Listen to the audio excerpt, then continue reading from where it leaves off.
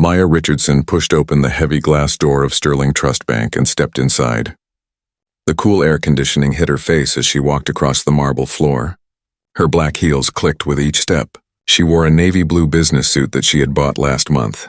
Her natural hair was pulled back in a neat bun. She carried a leather purse over her shoulder. It was Tuesday afternoon and the bank was moderately busy. About 7 or 8 customers stood in line or sat in the waiting area. Maya joined the line and waited her turn. She needed to withdraw $5,000 for a property payment. It was a simple transaction. She had done it many times before. When her turn came, Maya walked up to the counter. The teller was a white woman in her early 50s. Her name tag read, Patricia Caldwell, Senior Teller. Patricia had short blonde hair and wore too much makeup. She looked up at Maya with a tight smile that did not reach her eyes. "Good afternoon. How can I help you?" Patricia asked. Her tone was cold and professional. "Good afternoon. I need to withdraw $5,000 from my checking account," Maya said politely. She placed her bank card on the counter. Patricia picked up the card and examined it. She turned it over in her hands, looking at it from different angles. Her eyes narrowed slightly. She looked at Maya, then back at the card, then at Maya again. $5,000? Patricia repeated, raising one eyebrow. "Yes, please," Maya confirmed. Patricia typed something on her computer. She stared at the screen for a long moment. Her lips pressed into a thin line. She typed some more, clicking her mouse several times. Maya waited patiently, though she noticed Patricia's strange behavior. "Can I see some identification?" Patricia asked. "Of course." Maya pulled out her driver's license and handed it over. Patricia studied the license carefully. She held it up to the light. She looked at Maya's face, then at the photo on the license. She did this 3 times. Other customers in line began to shift impatiently behind Maya. "Is there a problem?" Maya asked, keeping her voice calm. "I just need to verify some information," Patricia said, but her tone suggested she did not believe Maya belonged there. Patricia picked up her phone and made a call. "Robert, can you come to window 3, please? I need your assistance with a transaction." She hung up without waiting for a response. Maya felt a flutter of unease in her stomach. She had never had problems at this bank before. She had opened her account here 2 years ago. She made regular deposits and withdrawals. Everything was always in order. A tall man in his 40s approached the counter. He wore an expensive gray suit and a red tie. His name tag identified him as Robert Chen, branch manager. He had dark hair slicked back with gel and wore thin-rimmed glasses. "What seems to be the issue, Patricia?" Robert asked. Patricia leaned close to him and whispered something. Robert glanced at Maya, his expression changing. He picked up Maya's card and license, examining them both. "Miss Richardson," he said, his voice dripping with false politeness, "Patricia here has some concerns about this transaction. $5,000 is quite a large amount." "It's my money," Maya said simply. "I've made similar withdrawals before." "I understand," Robert said, though his tone suggested he did not. "But we need to ask you a few questions. For security purposes." "What kind of questions?" Maya asked. She could feel other customers staring at her now. Her cheeks grew warm. "How did you open this account?" Robert asked. Maya blinked. "I walked into a branch 2 years ago and opened it. Like anyone else." "And what do you do for work?" Patricia interrupted.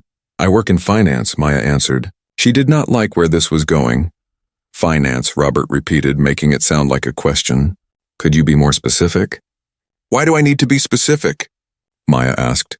"I'm just making a withdrawal from my own account. We're just trying to verify that this card belongs to you," Patricia said. "We've had some issues with fraud lately." "I showed you my driver's license," Maya pointed out. "My name matches. My photo matches. What more do you need?" Robert and Patricia exchanged a look. It was a look Maya had seen before. It was a look that said they had already decided she did not belong there. They had decided before asking any questions. "Where did you get this card?" Robert asked directly. Maya felt her anger rising, but she forced herself to stay calm. "I received it from this bank when I opened my account 2 years ago." "Can you explain how you have this much money in your account?" Patricia asked. "A girl like you—" She stopped herself, but the damage was done. The lobby had gone quiet. Everyone was watching now. An elderly white couple sat in the waiting area, their eyes fixed on the scene. A young man at the ATM had stopped mid-transaction to stare. The security guard by the door had moved closer. A girl like me? Maya repeated slowly. What exactly do you mean by that? I just mean, Patricia stammered. I mean someone so young. You look very young. But Maya knew what she meant. She had experienced this type of thing before. Not as obviously, not as boldly, but she recognized it. The suspicion, the disbelief, the assumption that she did not belong in spaces like this. I'm 28 years old, Maya said clearly. I've worked hard for my money. Now are you going to process my withdrawal or not? Robert straightened his shoulders. I'm afraid we're going to need to place a temporary hold on your account while we investigate. Investigate what? Maya demanded. Her voice rose slightly despite her efforts to remain calm. Possible fraudulent activity, Robert said smoothly. It's standard procedure when we notice unusual patterns. I make withdrawals regularly, Maya protested. There's nothing unusual about this. Nevertheless, Patricia said, typing rapidly on her computer, your account is now frozen pending investigation. You'll receive a letter in 5 to 7 business days explaining the next steps. Maya could not believe what was happening. You can't do this. This is my money. We can and we have, Robert said. His voice had turned cold. If you have concerns, you can file a complaint with our customer service department. But I'm going to have to ask you to leave now. You're holding up the line. Maya looked behind her. The people in line were watching with various expressions. Some looked sympathetic. Others looked suspicious of her. One woman clutched her purse tighter, as if afraid Maya might steal it. The security guard had moved even closer. He was a large black man in his 60s. His eyes met Maya's and she saw something there. Pity maybe. Or recognition. He had probably seen this happen before. Maya took a deep breath. She would not give them the satisfaction of seeing her break down. She would not yell or cry or make a scene. She reached out and took her card and license from the counter. This isn't over, she said quietly. Have a good day. Miss Richardson, Patricia said with a fake smile. Maya turned and walked toward the exit. Her legs felt shaky. Her hands trembled slightly as she pushed open the door. Behind her, she heard whispers starting up. She heard Patricia's voice louder than it needed to be, saying something about catching it in time and obvious fraud. The hot afternoon sun hit Maya's face as she stepped outside. She walked quickly to her car, a sleek black sedan parked at the corner. She sat in the driver's seat and closed the door. For a moment, she just sat there, breathing deeply. Then she pulled out her phone. She scrolled through her contacts and found the name she needed. She pressed call and waited. Richardson Financial Group Executive Office, a woman's voice answered. Jennifer, it's Maya, she said. I need you to pull all the files on Sterling Trust Bank, everything, and I need you to do it now. Right away, Ms. Richardson, Jennifer replied. Is everything all right? Maya looked back at the bank building. Through the glass doors, she could see Patricia and Robert talking, probably congratulating themselves. Everything's fine, Maya said. I just need to remind some people exactly who they're working for. She ended the call and started her car. Tomorrow would be very different. Tomorrow they would learn the truth. But today, she would let them enjoy their ignorance just a little longer. Maya sat in her office on the 23rd floor of a downtown building. The city stretched out below her through floor-to-ceiling windows. She had worked hard to get here, very hard. Her journey had not been easy. She thought back to her childhood. Maya grew up in a small apartment on the south side of the city. Her mother worked 2 jobs, one as a nurse's aide and another cleaning offices at night. Her father had left when she was 3. She barely remembered him, but Maya's grandmother, Rose Richardson, had been her rock. Grandma Rose lived with them in that small apartment. She woke up every morning at 5 o'clock and took 2 buses to get to work. She worked at Sterling Trust Bank as a cleaning lady. She mopped floors, cleaned bathrooms, and emptied trash cans. She did this for 30 years. Every evening, Grandma Rose would come home tired. Her feet hurt. Her back ached. But she always had a smile for Maya. She would sit at the kitchen table and help Maya with her homework. She would tell Maya stories about the bank, about the important people who worked there in their fancy suits. Those people make decisions that change lives, Grandma Rose would say. They decide who gets loans for houses, who gets money to start businesses. They have real power, baby girl. I want to have power like that one day, young Maya would say. Grandma Rose would laugh and pat her hand. Then you study hard. You read those books. You be smarter than everyone else. That's the only way for girls like us. Maya had listened. She studied every night. She got straight A's in school. She won a scholarship to the state university. She majored in finance and economics. While other students partied on weekends, Maya worked part-time jobs and studied in the library until it closed. Her professors noticed her talent with numbers. One professor, Dr. Anderson, took special interest in her. He helped her get an internship at Morrison Investment Group, a major firm downtown. It was the same building where she now had her office. The internship was supposed to last 3 months. Maya worked so hard and impressed so many people that they offered her a full-time job after graduation. She became a junior analyst. She was 22 years old and earning more money than her mother and grandmother combined. But Maya never forgot where she came from. She sent money home every month. She paid off her mother's debts. She tried to convince Grandma Rose to retire, but her grandmother refused. "I like my job," Grandma Rose insisted. "I like keeping that bank clean. Besides, I'm saving up for something special." Maya learned what that something special was on her 25th birthday. Grandma Rose gave her an envelope. Inside was a check for $50,000. "Grandma, what is this?" Maya had gasped. "That's 30 years of savings," Grandma Rose said proudly. "I've been putting away a little bit each month since you were born.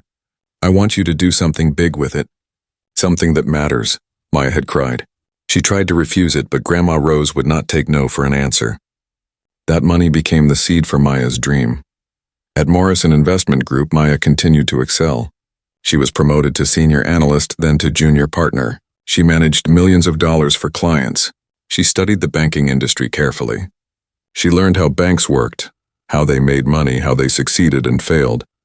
She noticed something interesting. Many small and medium-sized banks were struggling. They could not compete with the big national banks. But some of these smaller banks had good locations and loyal customers. They just needed better management and fresh ideas. Maya started researching banks that might be available for purchase.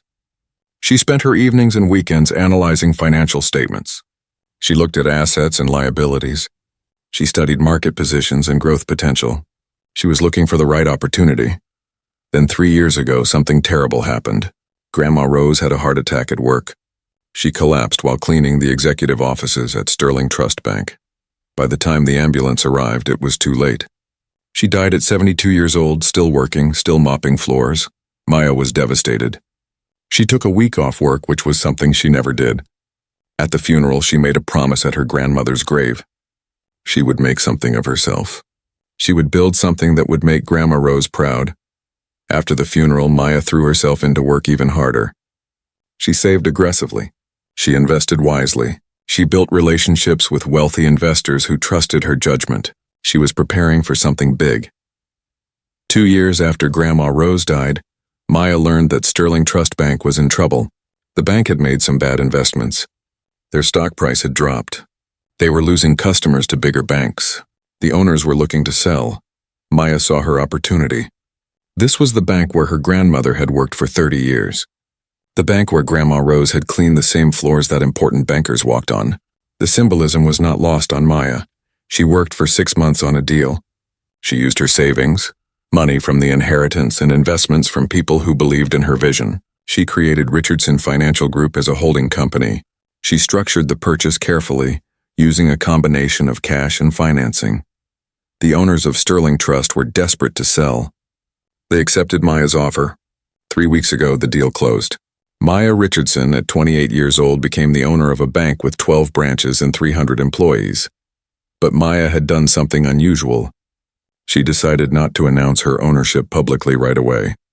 She wanted to see how the bank really operated. She wanted to visit branches and observe. She wanted to be a regular customer and see how people were treated. She had already visited 4 branches. What she saw concerned her. Customer service was inconsistent. Some branches were efficient and friendly. Others were cold and unwelcoming. She noticed patterns. She saw how some customers got faster service than others. Yesterday's visit to the main branch, the one where Grandma Rose had worked, was supposed to be special.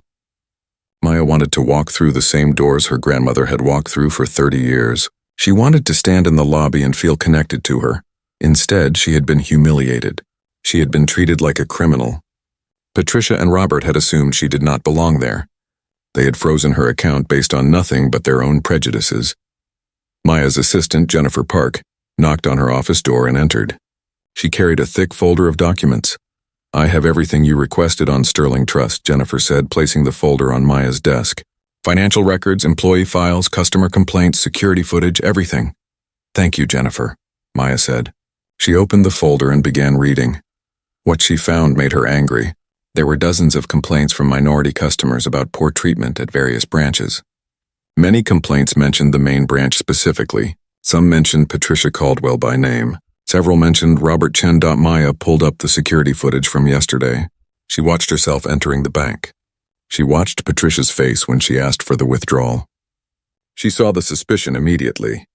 She watched Robert approach and the way both of them treated her, but she also pulled footage from earlier in the day. She watched how Patricia treated other customers. A white man in expensive clothes asked for a large withdrawal. Patricia processed it quickly with a smile. An elderly white woman needed help with a complicated transaction. Patricia was patient and kind. Then Maya watched a young Latino man try to cash a check. Patricia questioned him extensively. She called Robert over. They made the man wait 30 minutes while they verified the check, even though it was from a well-known company. Maya saw an older black woman try to open an account. Robert himself handled it. He asked invasive questions about her employment and her source of funds. He made opening a simple checking account feel like applying for a top-secret clearance. The pattern was clear. It was not just about Maya. It was about anyone who did not fit Patricia and Robert's idea of what a proper bank customer looked like. Maya picked up her phone and called her lawyer, David Goldman. David had helped structure the purchase of Sterling Trust. He was smart and tough. "David, I need you to prepare for a meeting tomorrow morning," Maya said. "We're going to Sterling Trust Bank main branch. Bring all the acquisition documents. I want everything official and documented." "What's going on?" David asked. Maya told him what happened. She told him about the pattern she had discovered. David was quiet for a moment. "Maya, we can fire them immediately," he said. "You own the bank. You have that authority." "I know," Maya replied, "but I want to do this right. I want to understand how deep this problem goes. I want everyone to see what's been happening." "All right," David agreed. "I'll be ready." "What time?" 9 o'clock sharp, Maya said. "Also call James Morrison. He's the regional director. He needs to be there too." James Morrison was one of the executives Maya had inherited with the bank. He seemed competent from the files she had read, but she wanted to see how he handled this situation. She wanted to know if he was part of the problem or part of the solution. After hanging up with David, Maya called her chief financial officer, Sarah Chen. Sarah was Robert Chen's cousin, but she had proven herself to be honest and fair. Maya had kept her on after the acquisition.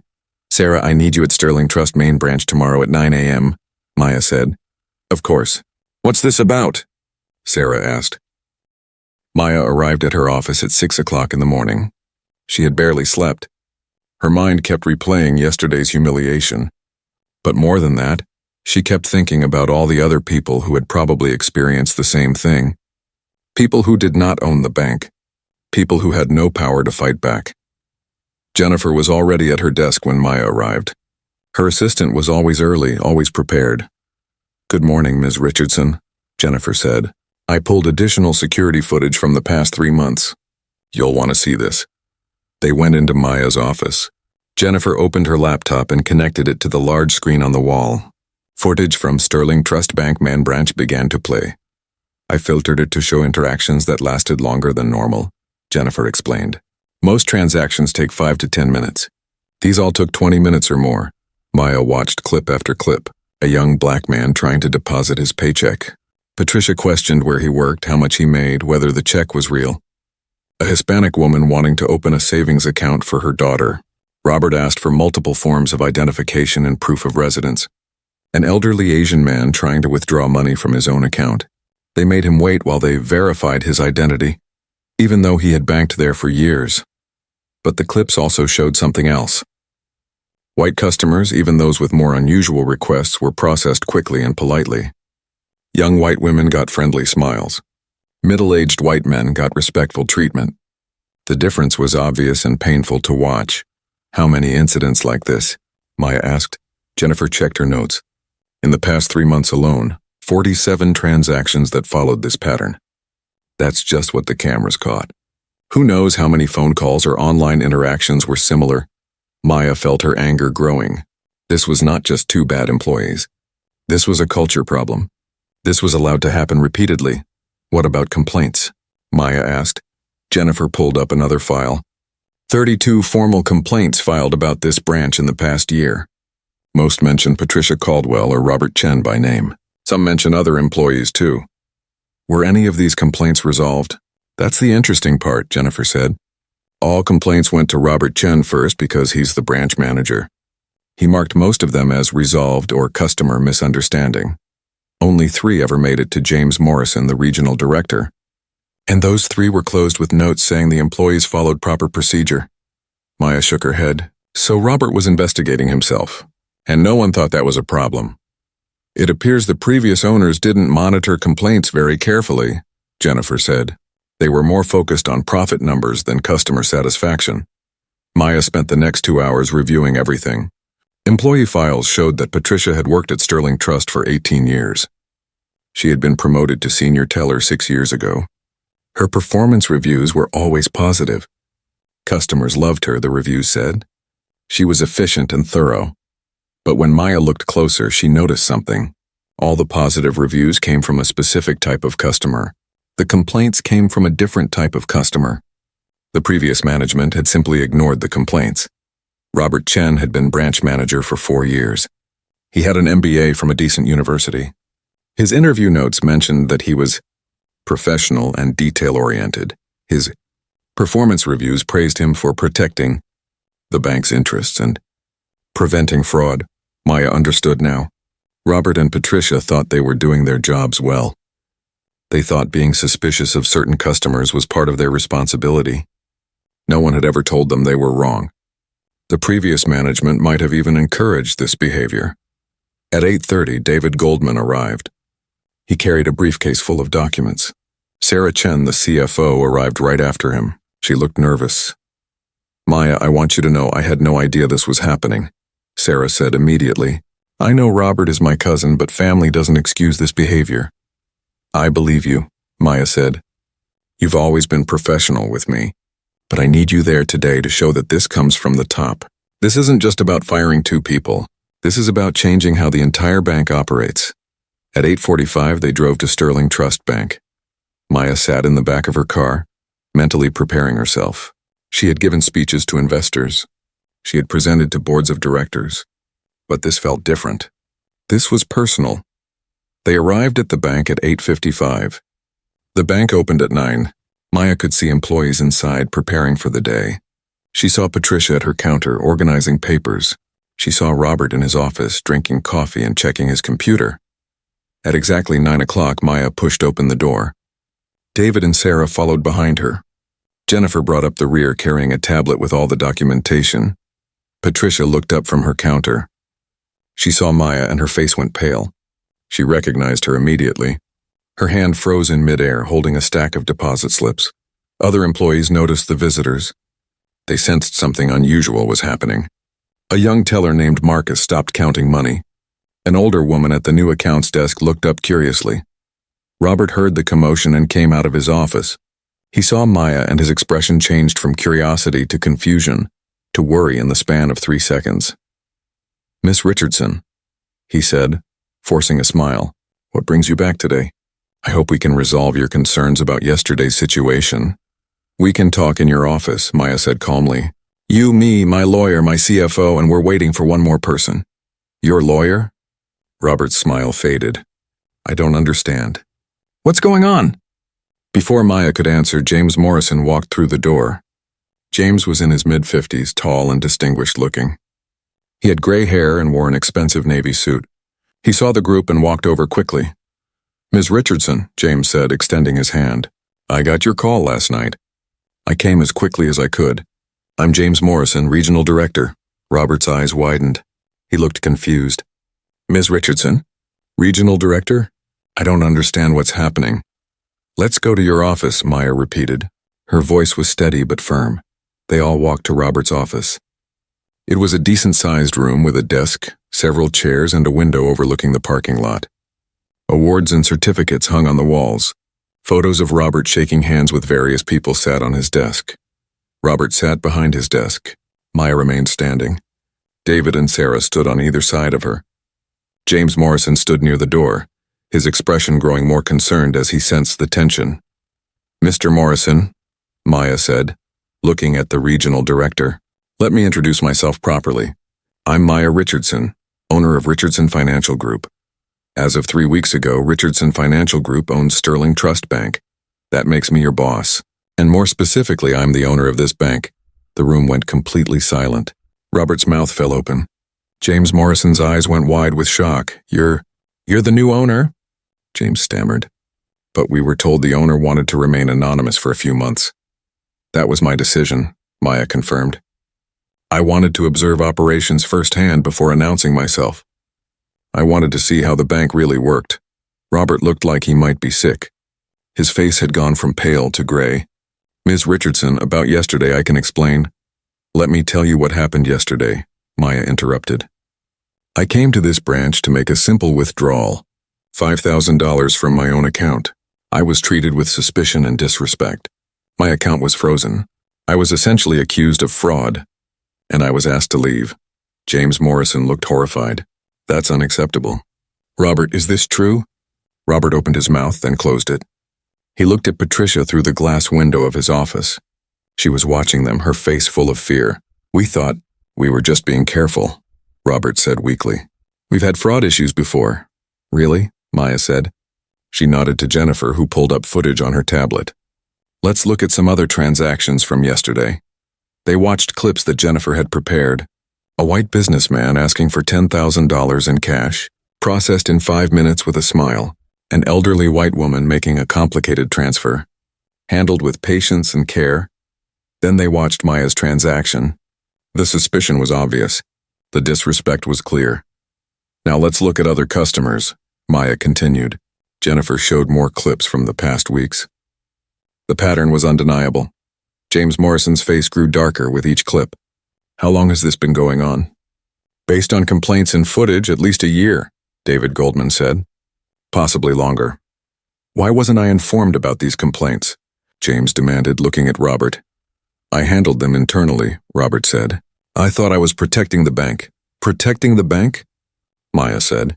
"You were discriminating against customers. You were creating a hostile environment. You were driving away good people who wanted to do business here." Sarah Chen spoke up. "I reviewed the financial data this morning. This branch has lost 47 accounts in the past 6 months. That's more than any other branch. Now we know why." Robert put his head in his hands. "I didn't think. I was just trying to prevent fraud." "Were you trying to prevent fraud?" Maya asked. "Or were you making assumptions based on how people looked?" Silence filled the room. Maya continued. "My grandmother worked here for 30 years. Rose Richardson. She cleaned these floors. She cleaned this office. She spent 3 decades making this building clean and presentable. And yesterday, in the bank where she worked so hard, I was treated like a criminal." James Morrison closed his eyes briefly. "Rose was the cleaning lady. I remember her. She was wonderful. I'm so sorry, Ms. Richardson." "Sorry isn't enough," Maya said. "This bank is going to change. Starting today," she looked at Robert, "you're suspended immediately pending a full investigation. You'll receive details from HR. David, please document this formally." Robert nodded slowly. He looked defeated. Maya opened the office door and called out, "Patricia Caldwell, please come here." Patricia walked in slowly. She looked terrified. She could not meet Maya's eyes. "Patricia, you're also suspended pending investigation," Maya said. "You've been treating customers differently based on their appearance." "That ends now," Patricia started crying. "I was just doing my job. Robert told me to be careful with certain types of people." "Certain types of people?" Maya repeated. "You mean people who look like me?" Patricia did not answer. She just cried harder. "HR will be in contact with both of you," Maya said. "You can leave now." Robert and Patricia left the office. The other employees watched them go, shocked and confused. Maya turned to James Morrison. "How much did you know about this?" James shook his head. "I swear I didn't know the extent of it. I knew there were some complaints, but Robert always said they were misunderstandings. I should have dug deeper. I should have visited more often. This is partly my failure as regional director. Maya studied him carefully. She had done her research on James. He had a good reputation. Employees at other branches spoke well of him. But he had missed this problem completely. Here's what's going to happen, Maya said. We're implementing immediate changes across all branches. Mandatory training on bias and discrimination for all employees. New customer service protocols. A direct complaint line that goes straight to corporate, bypassing branch managers. She continued. We're also reviewing every account closure and every complaint from the past year. Any customer who was treated unfairly will receive a personal apology and compensation. James nodded. I'll help implement everything. You have my full support. Good, Maya said. Because if you can't handle this, I'll find someone who can. I understand, James said seriously. I want to make this right. Maya gathered her team and they left the office.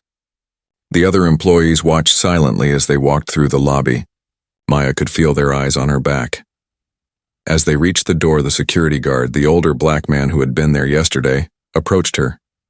Ms. Richardson, he said quietly, I'm glad you came back. I'm glad you're the owner. Things need to change around here. What's your name? Maya asked. Harold Williams, he said. I've worked here for 12 years. Have you seen this behavior before, Harold? He nodded, many times. I wanted to say something, but who would listen to the security guard? I'm listening now, Maya said. And I want you to keep watching. If you see anything wrong, you call this number directly. She handed him a card with her office number on it. Harold looked at the card with surprise and gratitude. Thank you, ma'am. Your grandmother would be proud of you. Maya felt tears sting her eyes, but she blinked them back. Thank you, Harold. As they drove back to the office, Sarah Chen spoke up. That was intense, but necessary. What happens next? Next we fix everything, Maya said. This isn't just about one branch. We're going to examine every part of this bank, and we're going to make sure this never happens again. The news spread fast. By lunchtime, every employee at Sterling Trust Bank knew what had happened at the main branch. The mysterious new owner had revealed herself. 2 people were suspended. Change was coming. Maya spent the afternoon in emergency meetings. She gathered her executive team, including the heads of HR, operations, legal, and compliance. They met in the large conference room on the 23rd floor. We have a serious problem, Maya began, and it's bigger than 2 employees at one branch. We have a culture problem across this entire organization. Linda Martinez, the head of HR, looked uncomfortable. She was a middle-aged woman who had worked at Sterling Trust for 15 years. Ms. Richardson, I want to apologize. I should have caught this sooner. We have policies against discrimination, but clearly they weren't being enforced. Why weren't they enforced? Maya asked directly. Linda hesitated. Honestly? The previous owners cared more about profit margins than customer satisfaction. As long as branches met their numbers, they didn't ask many questions. Complaints were handled at the local level. There was no oversight. That changes today, Maya said firmly. David, what are our legal obligations here? David Goldman, Maya's lawyer, opened a folder. We need to investigate thoroughly. Document everything. If we find evidence of discrimination, we need to take appropriate action. That could mean terminations, retraining, or other measures. We also need to reach out to affected customers. What about lawsuits? Asked Richard Porter, the head of legal. He was a thin man in his 60s who always looked worried. There's definitely risk, David admitted. Any customer who is treated unfairly could potentially sue. Our best defense is to act quickly and decisively, show that we're taking this seriously and making real changes. Maya nodded. We're not just doing this to avoid lawsuits. We're doing it because it's right. Now let's talk about specifics. Linda, I want a comprehensive diversity and inclusion training program, not some boring video that people sleep through. Real training that makes people think about their biases.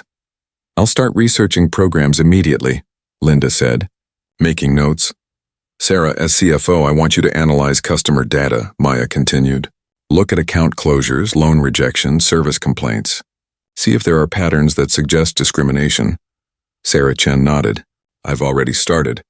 The preliminary data is concerning.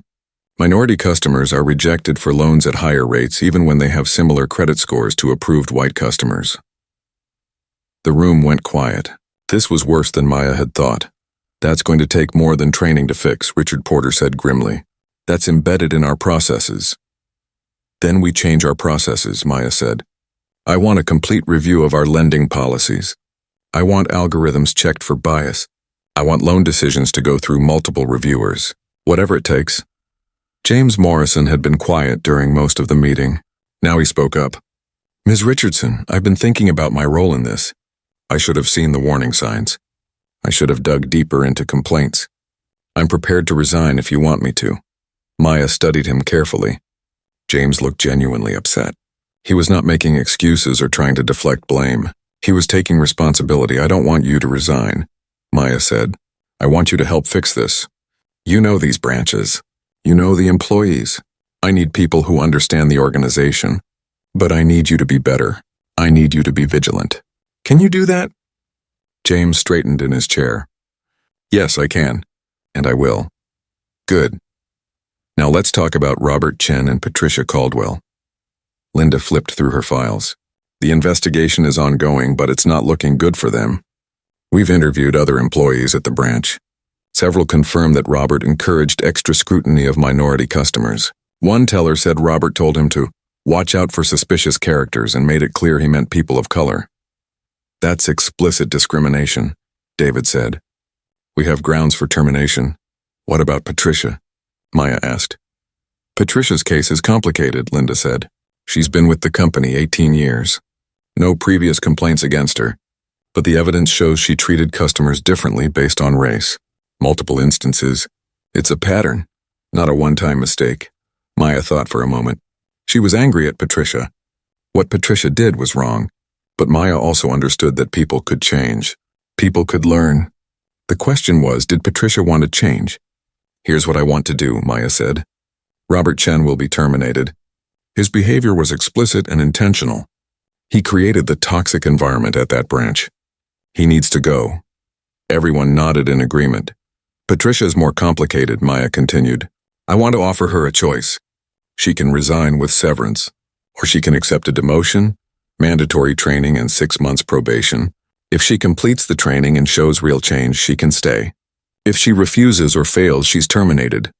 That's very generous, Richard Porter said. Are you sure? I'm sure, Maya said. I believe in second chances, but only for people who are willing to do the work to change. Over the next 2 days, Maya's team worked around the clock. They interviewed employees at all 12 branches. They reviewed security footage. They analyzed complaint records and financial data. The picture that emerged was troubling. The main branch where Maya had her experience was the worst. But problems existed at other branches too. Not all employees were discriminatory, but enough were that it created a pattern, and the ones who were not discriminatory often stayed silent, afraid to speak up. On Thursday morning, Maya called Robert Chen and Patricia Caldwell to separate meetings at the corporate office. Robert arrived first. He looked tired and defeated. He had lost weight in just 2 days. He sat across from Maya in a small conference room. Linda Martinez and David Goldman were also present as witnesses. Mr. Chen, we've completed our investigation, Maya said. The evidence shows that you deliberately created a discriminatory environment at your branch. You instructed employees to treat minority customers with extra suspicion. You dismissed valid complaints. You abused your authority. Robert looked down at his hands. He said nothing. Therefore, your employment with Sterling Trust Bank is terminated effective immediately, Maya continued. You'll receive 2 weeks severance as required by your contract. You'll need to return all bank property. Security will escort you out today. Can I say something? Robert asked quietly. Go ahead, Maya said. I know what I did was wrong, Robert said. I didn't think of it that way at the time. I thought I was protecting the bank. But that was just an excuse. The truth is I had prejudices. I made assumptions. And I hurt people because of it. He looked up at Maya. I'm sorry. I know sorry doesn't fix anything. But I am sorry, Maya nodded. I appreciate you saying that. I hope you learn from this experience. Robert stood up to leave. At the door, he paused. Your grandmother Rose was a good person. She was kind to everyone. I remember her. I should have been more like her. Then he left. Patricia arrived an hour later. She had been crying. Her eyes were red and puffy. She sat down nervously. Maya explained the situation just as she had with Robert. She explained what the investigation found. Then she made her offer. You have 2 choices, Maya said. You can resign with 4 weeks severance, or you can accept a demotion to junior teller, complete a 3-month intensive training program on diversity and inclusion, and serve 6 months probation. During probation, your performance will be closely monitored. If you complete everything successfully and show genuine change, you can keep your job. If you fail or refuse, you'll be terminated with no severance. Patricia was quiet for a long time. She wiped her eyes with a tissue. "Why are you giving me a choice?" Patricia asked. "I was wrong. I treated people badly. I should just be fired." "You're right." "You were wrong," Maya agreed. "But I believe people can change if they want to. The question is, do you want to change?" Patricia started crying again. "I don't know. I thought I was a good person. I thought I was just doing my job. But watching that footage, seeing how I treated you and others, I was horrible. I don't even recognize myself." "That's actually a good sign," Linda Martinez said gently. "It means you're capable of self-reflection. That's the first step." "I have a sister," Patricia said suddenly. "She's married to a black man. They have 2 kids. Beautiful kids. I love them so much. But if they came into my bank, would I have treated them the same way? Would I have been suspicious of my own brother-in-law?" She looked devastated. "What kind of person does that make me?" "It makes you human," Maya said. "We all have biases. The question is whether we're willing to confront them and change." Patricia looked at Maya directly for the first time. "If I do this training, if I really work on myself, can I actually change?" "I don't know," Maya said honestly. "That's up to you. But I'm willing to give you the chance to try." Patricia took a deep breath. "Then I'll try. I'll do the training. I'll do whatever it takes. I don't want to be that person anymore." "Okay," Maya said. "Linda will set everything up. But I need you to understand, this isn't going to be easy. You're going to have to face some uncomfortable truths about yourself. You're going to have to work hard. And if you're not sincere, if you're just going through the motions, it will show." "I understand," Patricia said. After Patricia left, Linda turned to Maya. "That was compassionate of you." Maya shook her head. "It's not about compassion. It's about justice. Robert knew exactly what he was doing. He was deliberate. Patricia was wrong, but she followed his lead. She's capable of change. Everyone deserves a chance to be better." That afternoon, Maya called a meeting with all branch managers. She wanted to address them directly before the news went public. They gathered in the conference room, 11 managers from the 11 remaining branches. They all looked nervous. Maya stood at the head of the table. "By now you've all heard what happened at the main branch. Let me be clear about what's going to happen going forward. This bank will treat every customer with respect and dignity. Every customer, regardless of race, gender, age, religion, or any other characteristic. This is not negotiable." She looked around the table, making eye contact with each manager. "We're implementing new policies. We're providing training. We're creating accountability measures. If any of you have a problem with this, you can leave now. I'll accept your resignation and you'll get severance." No hard feelings, no one moved. "Good," Maya continued. "Because I need managers who believe in what we're doing. I need leaders who will create positive cultures at their branches. If you see discriminatory behavior, you report it immediately. If you engage in discriminatory behavior, you'll be fired. It's that simple." One manager, an older white man named Thomas, raised his hand. "Ms. Richardson, I've been in banking for 30 years. I've always tried to treat people fairly, but I'll admit I probably have blind spots. We probably all do. How do we make sure we're doing the right thing?" Maya appreciated his honesty. "That's why we're doing comprehensive training. That's why we're creating new oversight systems. That's why we're encouraging employees to speak up when they see problems. None of us are perfect, but we can all try to be better." A younger woman named Jessica spoke up. "What about the customers who were hurt? What are we doing for them?" "Excellent question," Maya said. "We're reviewing every complaint and account closure from the past year. We're reaching out to customers personally. We're offering apologies and compensation where appropriate. And we're making sure they know that Sterling Trust has changed." The meeting lasted 2 hours. Maya answered every question honestly. By the end, she felt the managers were on board. Some were enthusiastic. Some were nervous. But all understood that change was coming whether they liked it or not. That evening, Maya prepared a press release. Tomorrow, the story would go public. She wanted to control the narrative. She wanted people to know that Sterling Trust was taking this seriously. She worked with David and her PR team to craft the message. It needed to be honest without being defensive. It needed to acknowledge the problem without making excuses. It needed to show that real change was happening. Finally, at 9 o'clock at night, the release was ready. It would go out first thing in the morning. Maya sat back in her chair and looked out at the city lights. Her phone rang. It was her mother. "Maya, baby, I heard about what happened," her mother said. "Are you okay?" "I'm okay, Mom," Maya said. "It was hard, but I'm doing what Grandma Rose would have wanted."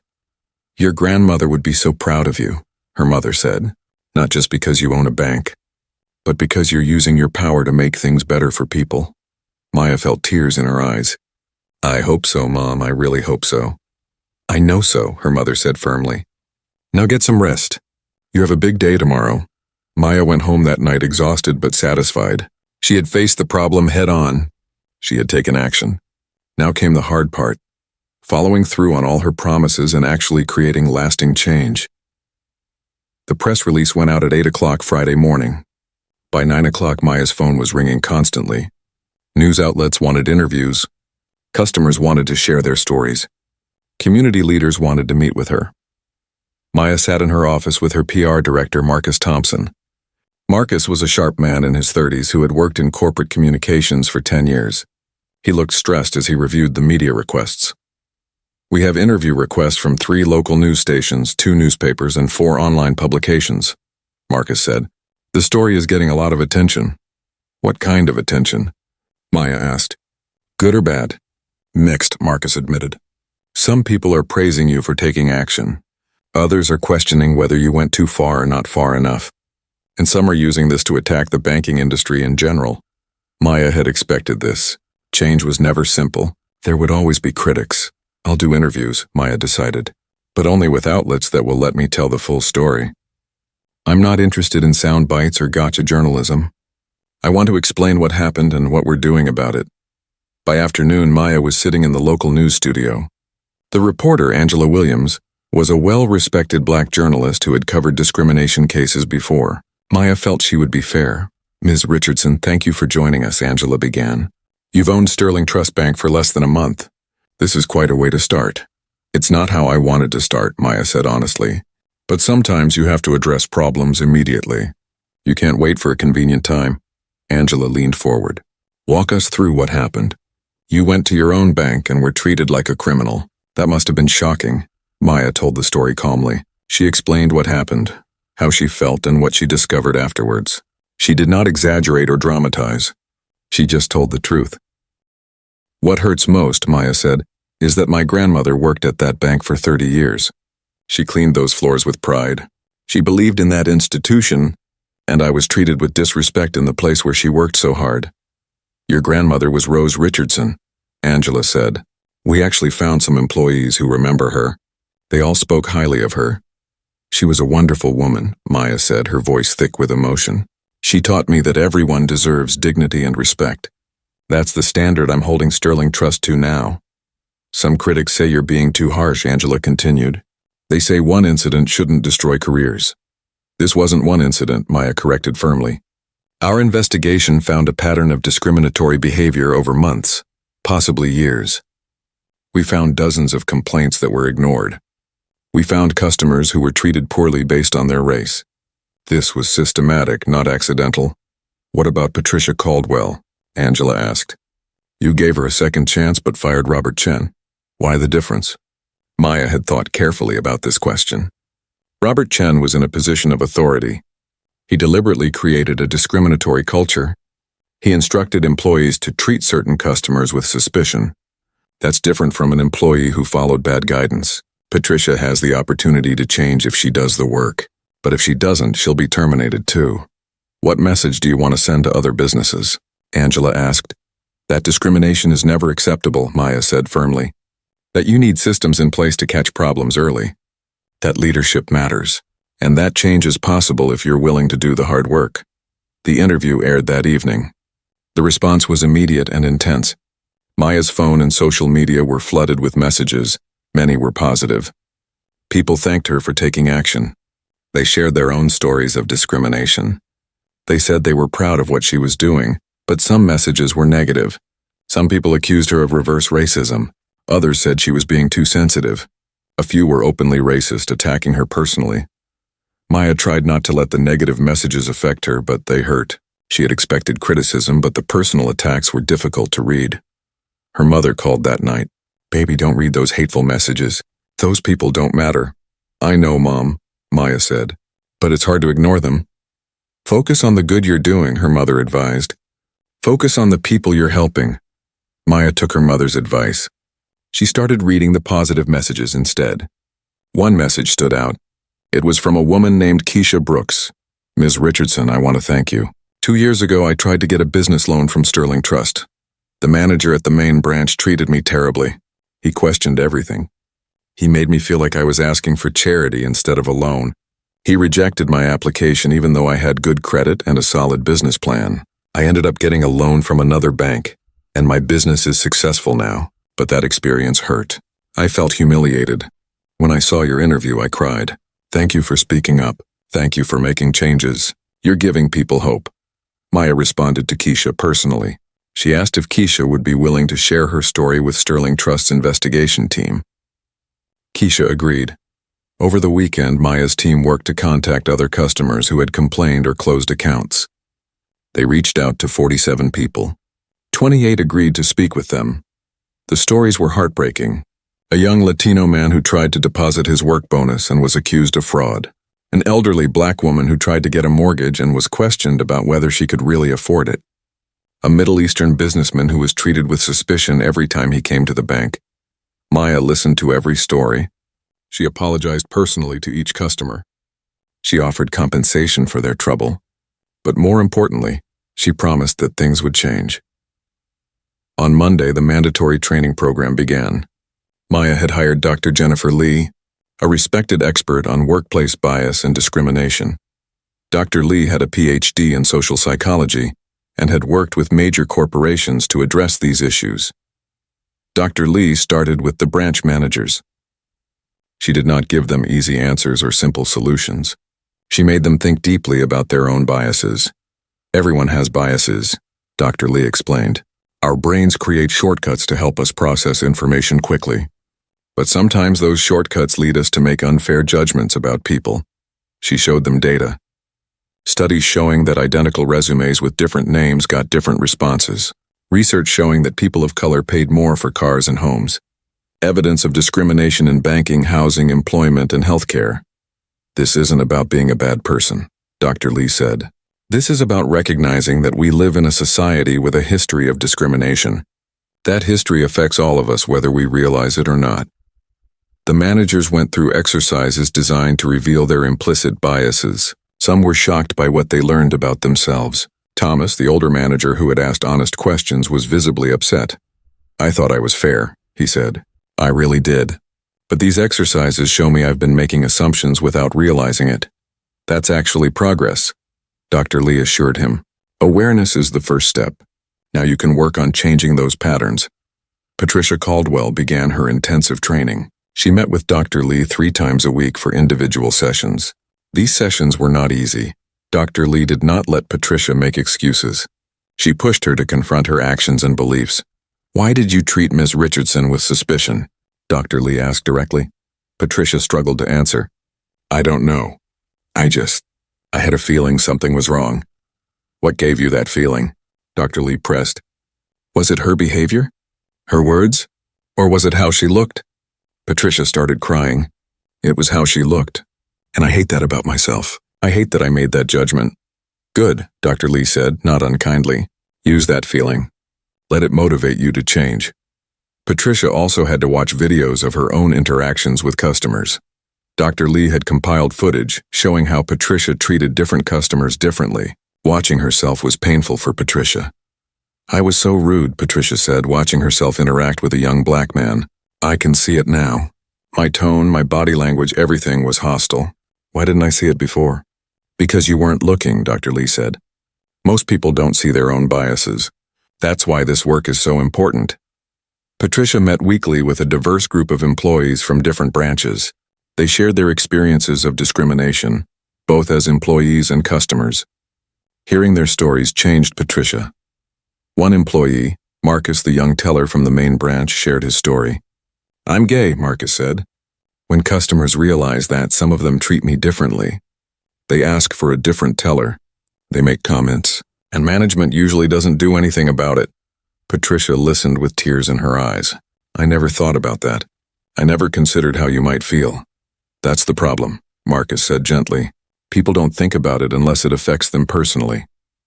Meanwhile, Sarah Chen was conducting her financial analysis. The results were troubling. Over the past 3 years, Sterling Trust had rejected loan applications from minority applicants at nearly twice the rate of white applicants, with similar credit scores and income levels. Sarah presented her findings to Maya and the executive team. "This is a huge problem. It's not just about customer service. It's embedded in our lending practices." "What's causing it?" Maya asked. "Part of it is algorithms," Sarah explained. "Our loan approval software uses factors that can indirectly discriminate. Things like zip code, which can be a proxy for race. Part of it is human decisions. Loan officers have discretion in their decisions, and bias affects those decisions. We need to fix both," Maya said. "Reprogram the algorithms to remove discriminatory factors. Require multiple reviewers for loan decisions. Create oversight and accountability." Richard Porter, the head of legal, looked worried. "This could make us vulnerable to lawsuits. People who were rejected for loans could sue." "Let them sue," Maya said firmly. "We'll settle fairly with anyone who was discriminated against. But we can't hide from this problem. We have to fix it." Over the next month, Sterling Trust implemented massive changes. Every employee went through bias training. New policies were created for customer interactions. Loan approval processes were redesigned. A new complaint system was established that went directly to corporate. Maya also made some promotions. Harold Williams, the security guard who had witnessed discrimination, was promoted to a new position, customer advocate. His job was to watch for problems and report them directly to Maya's office. Marcus, the young teller, was promoted to assistant manager. He would help train new employees on inclusive customer service. 2 employees who had pushed back against discriminatory practices were promoted to branch manager positions. But there were also losses. 3 employees resigned rather than go through training. They said the new policies were too politically correct. Maya let them go without argument. 2 managers failed the training program. They went through the motions but showed no real change in their attitudes or behavior. They were terminated. And Patricia Caldwell struggled. She was trying hard, but changing deeply held beliefs was not easy. Some days she seemed to make progress. Other days she fell back into old patterns. Dr. Lee met with Maya to discuss Patricia's progress. "She's working hard. She's sincere. But change takes time. She's got 3 more months of training, and then 6 months probation. We'll see if it sticks." The story continued to get media attention. Some coverage was positive. Some was negative. But Maya stayed focused on the work. One evening, she received a letter at her office. It was handwritten on simple notebook paper.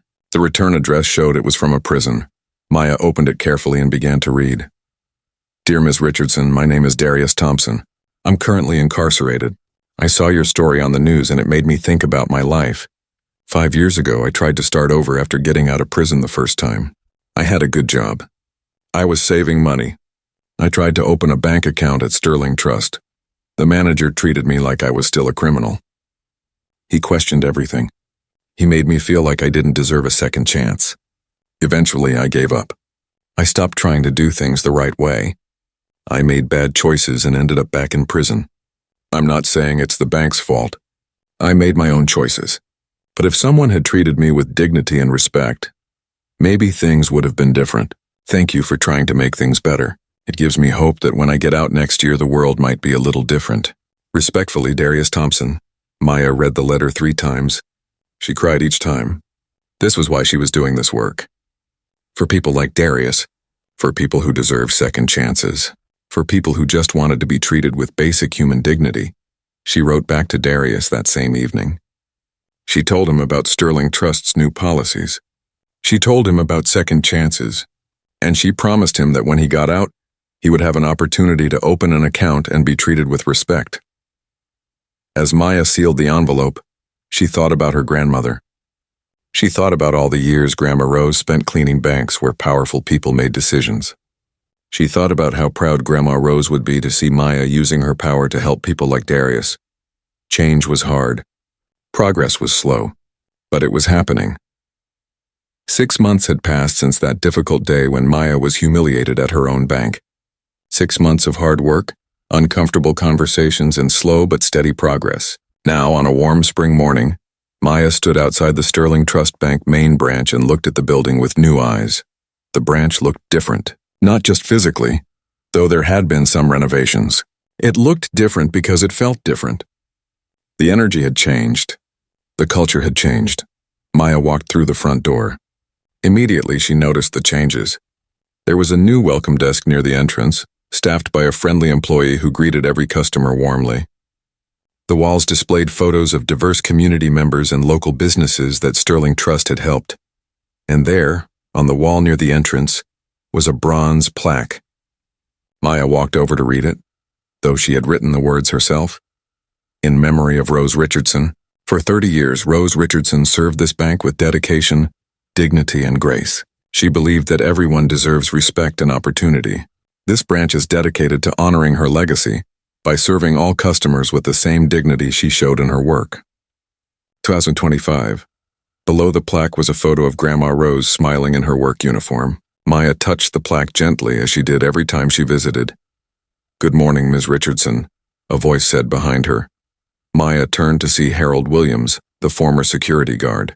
He was now customer advocate, a position Maya had created specifically for him. He wore a suit instead of a uniform, and he looked proud. "Good morning, Harold," Maya said with a smile. "How are things today?" "Wonderful," Harold said. "We had a very nice moment earlier." An elderly woman came in who hadn't been to a bank in years. She was nervous about technology and online banking. Marcus spent an hour with her, teaching her everything patiently. She left with tears in her eyes, thanking him. Maya felt warmth in her chest. That's exactly what we should be doing. Marcus, the young teller who had been promoted to assistant manager, came over to greet Maya. "Ms. Richardson, it's good to see you.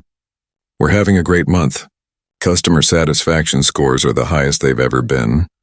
"I saw the reports," Maya said. "You've done an amazing job here, Marcus. I'm proud of you." Marcus blushed slightly. "I'm just doing what you taught us. Treating everyone with respect. It's not complicated." "It shouldn't be complicated," Maya agreed. "But sometimes people make it complicated." She looked around the branch. The employees were busy but not stressed. Customers were being helped promptly and politely. She noticed the diversity of both the staff and the customers. People of all races, ages, and backgrounds were conducting their banking business peacefully. This was what she had wanted. This was what Grandma Rose would have wanted. Maya walked to what had been Robert Chen's office. It now belonged to the new branch manager, Lisa Washington. Lisa was a black woman in her 40s who had previously managed one of Sterling Trust's smaller branches. She had been excellent there, and Maya had promoted her to run the flagship location. "Good morning, Ms. Richardson," Lisa said, standing up from her desk. "Welcome. How are you settling in?" Maya asked. "Very well," Lisa said. "The team here is wonderful." They were ready for change. They wanted to do better. They just needed leadership that supported that. They talked for a few minutes about branch operations. Then Maya asked the question that had been on her mind. "How is Patricia doing?" Lisa's expression became thoughtful. "Patricia has completed her training and is 3 months into her probation. She's different, changed. She still has moments where I can see her old habits trying to surface, but she catches herself now. She corrects herself. She's genuinely trying." Patricia had successfully completed the 3-month intensive training program. Dr. Lee had certified that Patricia showed real progress and understanding. Now Patricia was working as a junior teller, closely supervised, still on probation for 3 more months. "Does she interact well with diverse customers?" Maya asked. "Yes," Lisa said. "In fact, just last week an older black gentleman came in with a complicated issue. Patricia helped him for over an hour. She was patient, kind, and respectful. After he left, she came to my office and cried. She said she kept thinking about how she would have treated him 6 months ago, and it made her ashamed. But then she felt grateful that she had the chance to be better." Maya nodded slowly. "That's real change. That's what I was hoping for." Not everyone had believed Patricia could change. Some employees still did not trust her. Some customers refused to work with her. But she was trying, and that was what mattered. "I want to see her," Maya said. Lisa called Patricia to the office. A few moments later, Patricia entered nervously. She looked smaller somehow, more humble. Her makeup was lighter. Her expression was more open. "Miss Richardson," Patricia said quietly. "It's good to see you." "Hello, Patricia," Maya said. "I hear you're doing well." "I'm trying," Patricia said. "Every day I'm trying. Dr. Lee taught me to pause before I react, to question my first assumptions, to check my biases. I'm not perfect. I still make mistakes, but I'm better than I was." "Why do you think you're better?" Maya asked directly. Patricia thought for a moment. "Because I understand now. I understand what I was doing to people. I understand the harm I caused, and I understand that I can't undo the past, but I can be better going forward." "What will you do after your probation ends?" Maya asked. "Assuming you complete it successfully." "I don't know," Patricia admitted. "I used to think I wanted to be a senior teller again, move up in the company. But now I think maybe I just want to do my job well. To help customers, to be kind, that's enough." Maya studied Patricia's face. She saw sincerity there. She also saw shame and regret. But she also saw hope. "Keep working hard," Maya said. "You've come far, but you still have work to do." "I know," Patricia said. "Thank you for giving me this chance. A lot of people thought you shouldn't." After Patricia left, Maya walked through the branch one more time. She stopped at different stations, observing interactions between employees and customers. Everything she saw pleased her. At one desk, a young Hispanic couple was meeting with a loan officer about their first mortgage. The loan officer was explaining everything clearly and patiently. The couple looked happy and hopeful. At another station, an elderly Asian man was getting help setting up online banking. The employee helping him was taking extra time to make sure he understood everything. At the teller windows, customers of all backgrounds were being served with equal efficiency and courtesy. No one was being questioned excessively. No one was being treated with suspicion. This was what a bank should look like. This was what every business should look like. Maya left the main branch and spent the rest of the day visiting other Sterling Trust locations. Each branch had its own personality, but all shared the same commitment to inclusive service. The training had reached every employee. The new policies were being followed. The culture had changed. At the branch on Oak Street, Maya met with a new customer named Aisha Mohammed. Aisha wore a hijab and spoke with an accent. 6 months ago, she might have been treated with suspicion. Today, she was being treated like any other valued customer. "Ms. Richardson, thank you for what you've done," Aisha said when she recognized Maya from news coverage. "I tried to open a business account at another bank last year. They asked so many questions. They made me feel unwelcome. But here, everyone has been wonderful. They're helping me start my catering business." "That's what we're here for," Maya said warmly. "I hope your business succeeds." "It will," Aisha said confidently. "Because now I have support instead of suspicion." That evening, Maya attended a community meeting at a local church. She had been invited by Reverend James Martin, a prominent civil rights leader in the city. The church basement was full of community members, business owners, and local leaders. Reverend Martin introduced Maya to applause. "We're here tonight to celebrate progress. 6 months ago, Sterling Trust Bank was just another institution that didn't serve our community well. Today, thanks to Ms. Richardson's leadership, it's becoming a model for what banks should be." Maya stood up to speak.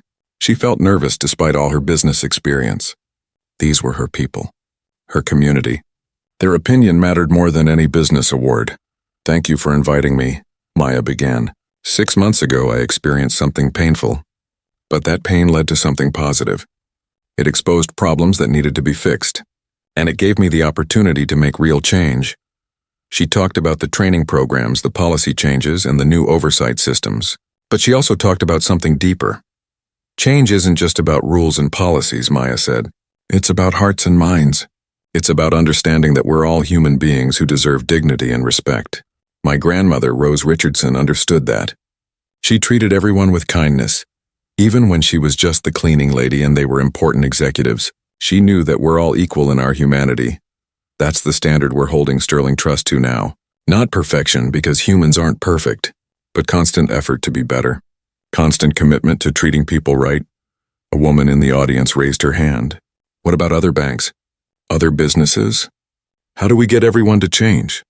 We start by supporting businesses that do it right, Maya said. And we hold accountable businesses that do it wrong. We speak up when we're treated badly. We share our stories. We demand better. Change doesn't happen automatically. We have to fight for it. After the meeting, people lined up to talk to Maya. They shared their own stories of discrimination. They thanked her for taking action. They told her about their hopes and dreams for their community. One person in line was Keisha Brooks, the woman who had been rejected for a business loan 2 years ago. Keisha was thriving now with her small marketing company. "Ms. Richardson, I have an update," Keisha said excitedly. "I want to expand my business. I need a larger loan, and I'm coming to Sterling Trust for it. We'll treat you right this time," Maya promised. "I know you will," Keisha said. "That's why I'm coming back." The next morning, Maya had a meeting with her executive team to review 6-month progress. Sarah Chen presented financial data. "The numbers are interesting," Sarah said. "We lost some customers when the news broke. People who didn't like the changes. But we've gained more new customers than we lost. Overall, our customer base has grown by 12%. What about employee satisfaction?" Maya asked. Linda Martinez, the head of HR, smiled. "Employee satisfaction scores are the highest in company history. Employees feel proud to work here now. They feel like they're part of something meaningful." James Morrison, the regional director who had survived the changes and proven himself, spoke next. "I want to say something. 6 months ago, I almost failed this company. I missed the warning signs. I didn't dig deep enough. I let problems fester because I was focused on the wrong things." He looked at Maya directly. "You saved this company, not just by exposing problems, but by showing us what leadership really means. It means standing up for what's right, even when it's uncomfortable.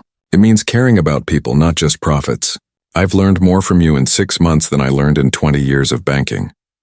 Maya felt tears threatening but blinked them back. "Thank you, James, but you saved yourself by being willing to change. That's what matters." The meeting continued with discussions of new initiatives. Sterling Trust was launching a program to provide financial literacy workshops in underserved communities. They were offering microloans to small businesses that traditional banks overlooked. They were partnering with community organizations to reach people who had been excluded from banking. These programs were not just good for the community. They were good for business. Sterling Trust was gaining customers, building loyalty, and creating a positive reputation. After the meeting, Maya returned to her office. On her desk was a letter. She recognized the handwriting immediately. It was from Darius Thompson, the man in prison who had written to her months ago. She opened it eagerly. "Dear Ms. Richardson, thank you for writing back to me. You don't know how much it meant to receive your letter. I'm being released next month. I've been going to classes here, learning skills, preparing for the outside world. I'm scared, but I'm also hopeful. When I get out, I'm going to come to Sterling Trust Bank. I'm going to open an account. I'm going to do things right this time. Thank you for giving people like me hope. Thank you for treating us like human beings instead of statistics or problems." Gratefully, Darius Thompson, Maya immediately wrote back. She told Darius about Harold Williams, who had overcome challenges in his own life. She told him that Sterling Trust would help him open an account and would connect him with community resources. She told him that everyone deserves second chances. As Maya sealed the envelope, her assistant Jennifer knocked on the door. "Ms. Richardson, you have a visitor. She doesn't have an appointment, but she says it's important." "Who is it?" Maya asked. "A young girl and her mother. The girl saw your photo at the main branch and wanted to meet you." Maya smiled. "Send them in." A moment later, a woman and a young girl entered. The girl looked about 10 years old with bright eyes and a curious expression. "Ms. Richardson, I'm sorry to interrupt," the mother said. "My daughter Jasmine insisted on meeting you. We were at the bank earlier and she saw your photo and the plaque about your grandmother." Jasmine stepped forward confidently. "Are you really the owner of the bank?" "I am," Maya said, kneeling down to the girl's level. "How did you become an owner?" Jasmine asked. "Did you have to be really smart?" "I had to work really hard," Maya said. "I had to study a lot. I had to save my money. I had to believe in myself even when other people didn't believe in me. I want to own something important too," Jasmine said.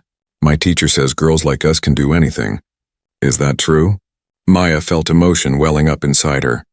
She thought about Grandma Rose telling her the same thing years ago. She thought about all the obstacles she had overcome. She thought about this moment and how important it was. Yes, Maya said firmly. It's absolutely true. You can do anything you dream of. You can be anything you want to be. Don't let anyone tell you differently. Even if people don't believe in me? Jasmine asked. Especially then, Maya said. You believe in yourself. You work hard. You stay focused on your goals. And one day you'll achieve amazing things. Jasmine's face lit up with a huge smile. Okay, I'm going to do that. After Jasmine and her mother left, Maya stood at her window looking out at the city. She thought about everything that had happened in the past 6 months. The pain, the hard work, the changes, the progress. She had bought Sterling Trust Bank as a business investment. She had wanted to honor her grandmother's memory. But it had become so much more than that. It had become a mission to create a better, more fair, more inclusive world. There was still work to do. Patricia had 3 more months of probation. The new programs were just beginning. Other businesses needed to learn from Sterling Trust's example. The fight for equality and dignity was far from over, but progress had been made. Real, meaningful progress. Maya picked up her phone and sent a text to her mother.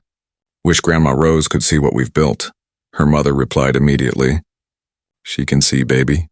And she's so proud. Maya Richardson, 28 years old, owner of Sterling Trust Bank, granddaughter of Rose Richardson, the cleaning lady, had proven something important. That where you start doesn't determine where you finish. The dignity and respect should be available to everyone. That change is possible when people are brave enough to demand it. And most importantly, that the power to make a difference comes not from money or position, but from the courage to use whatever power you have to help others. As the last light of day faded, Maya turned away from the window and back to her desk. There was more work to do. There always would be. But tonight she would rest, knowing that she had made Grandma Rose proud. And tomorrow, she would continue the work of building a world where everyone, regardless of who they are or what they look like, could walk into a bank and be treated with the dignity and respect they deserved. That was the promise she had made to her grandmother. And that was the promise she would keep.